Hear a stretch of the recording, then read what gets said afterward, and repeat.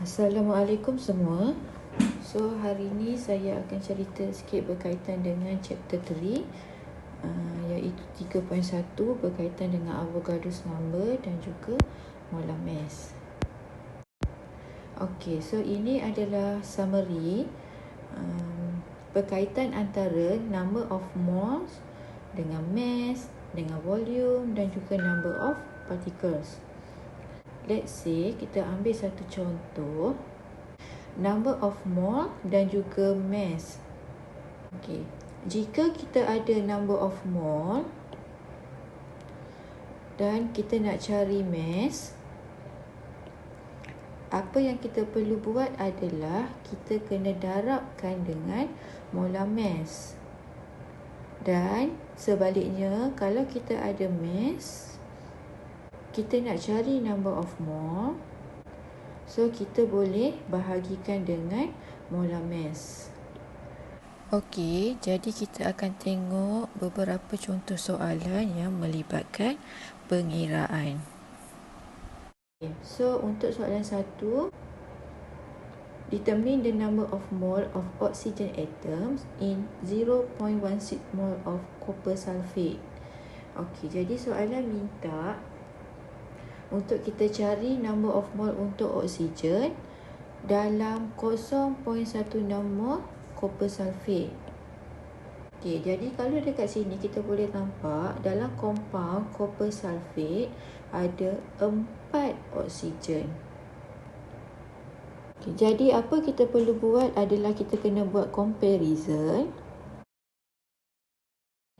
In 1 mole of copper sulfate contain 4 moles of oxygen atoms. Okay, if 0.16 mole of copper sulfate, so how many mole of oxygen atoms? Okey, jadi untuk selesaikan masalah ni, kita boleh buat darab silang. Jadi untuk different side yang berbeza, kita perlu darab. Dan untuk side yang sama, kita kena bahagi. Jadi apa yang kita akan dapat adalah untuk different side 4 darab 0.16 dan untuk same side kita bahagikan dengan 1. Okay, kemudian kita tekan kalkulator, jadi kita akan dapat jawapan 0.64 mol untuk oksigen atom. Okey, jadi in 0.16 mole of copper sulfate contain 0.64 mole of oxygen atoms. Okey, so kita sambung pula dengan soalan yang kedua. Calculate the number of atoms for chlorine if the mass of MgCl2 is 40 gram. Okey, jadi soalan ni minta kita cari number of atoms untuk klorin sahaja jika mass MgCl2 adalah 40 gram. Okey, jadi untuk cari number of atoms ataupun number of particles, kita perlu ada number of mole. Okey, mole untuk siapa? Mole untuk klorin. Okey, sebab kita nak cari number of particles untuk klorin sahaja. Okey, jadi klorin yang ada dalam MgCl2 adalah sebanyak 2 mol. Dan 40 gram ni adalah kepunyaan MgCl2. Kita kena cari number of mole untuk MgCl2 dahulu. Sebab apa-apa comparison, kita wajib compare dalam bentuk number of mole. Okey, jadi untuk dapatkan mole magnesium chloride MgCl2, kita menggunakan formula mass bahagikan dengan molar mass.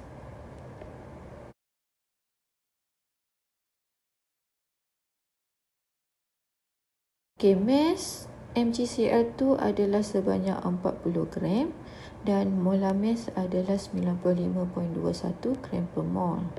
So tekan kalkulator, kita akan dapat 0.4201 mol untuk MgCl2. Okey, reminder di sini adalah untuk number of mole ataupun apa-apa calculation, sebelum kita capai final answer, wajib ditulis sekurang-kurangnya 4 titik perpuluhan. Jangan bundarkan terlalu awal ataupun just ambil 0.42 macam tu, tak boleh. Sebab nanti dia akan mempengaruhi final answer. Okey, 0.4201 mol ini adalah kepunyaan MgCl2. Tapi soalan kita perlukan hanya untuk Cl sahaja. Jadi kita perlu buat comparison macam tadi. In 1 mole of MgCl2 contain 2 mole of Cl. If 0.4201 mole of MgCl2, so how many mole of chlorine atom? Okey, jadi kita buat proses darab silang macam tadi. Different side kita darab, same side kita bahagi. So kita akan dapat 2 darab 0.4201 bahagikan dengan 1.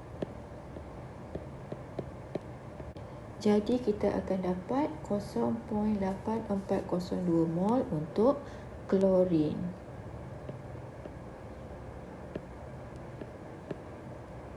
Kemudian soalan minta kita cari number of particles.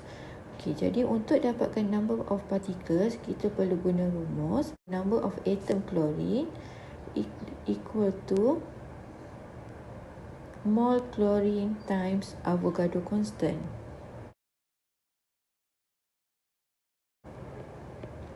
Okey, kemudian kita masukkan nilai. Okey, tekan kalkulator, jadi kita akan dapat 5.06 darab 10 kuasa 23 atom klorin. Okey, sekarang kita sambung dengan soalan nombor 3. Calculate the mass of nitrogen gas if the volume given at STP is 32 ml. Okey, jadi soalan minta kita cari mass of nitrogen, tetapi maklumat yang diberi adalah volume. Okey, jadi kita boleh refer semula summary ni. Soalan minta kita cari mass. Okey, tetapi maklumat yang diberi adalah volume. Okey, so tak ada jalan shortcut sini ya, daripada volume terus kita dapatkan mass. Tak ada jalan shortcut. Jadi apa yang kita perlu buat dahulu adalah daripada volume kita kena cari number of mole. Bila dah dapat number of mole, then baru boleh cari mass. So daripada volume kita tukarkan ke dalam bentuk number of mole menggunakan formula mole equal to volume divided by molar volume. Okey, jadi di sini adalah penting formula untuk nitrogen gas. Nitrogen gas mesti N2. Bukan N sahaja. Equal to volume over molar volume.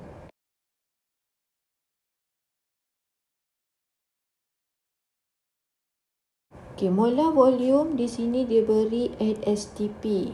Jadi nilai dia adalah 22.4 decimeter cube per mol. Tetapi volume yang diberi dalam soalan adalah 32 ml. Jadi macam mana kita nak samakan unit? Untuk kita cancel out the unit. Jadi kat sini kita perlu ingat bahawa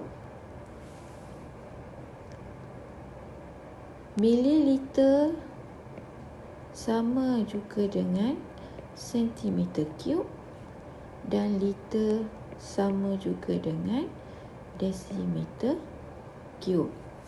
Jadi dalam soalan diberi 32 ml, jadi kita kena convert ke dalam liter ataupun desimeter cube. Okey, jadi daripada mililiter kepada liter, kita perlu bahagikan dengan 1000. Okey, jadi kita akan dapat 32 darab 10 kuasa negatif 3 desimeter cube ataupun liter. Okay, since unit dah sama, kita boleh cancel out the unit dan kita boleh buat proses pembahagian dan kita akan dapat 1.4286 darab 10 kuasa negatif 3 mol. Okay, once kita dah dapat number of mol, kita boleh cari mass menggunakan rumus mol darab dengan molar mass.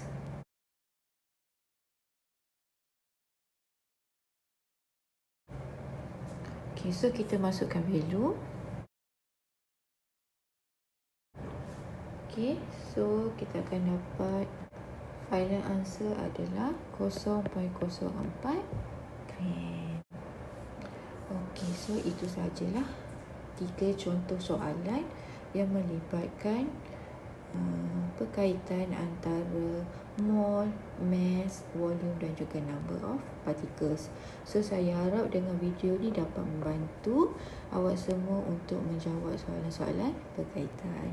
Thank you and Assalamualaikum.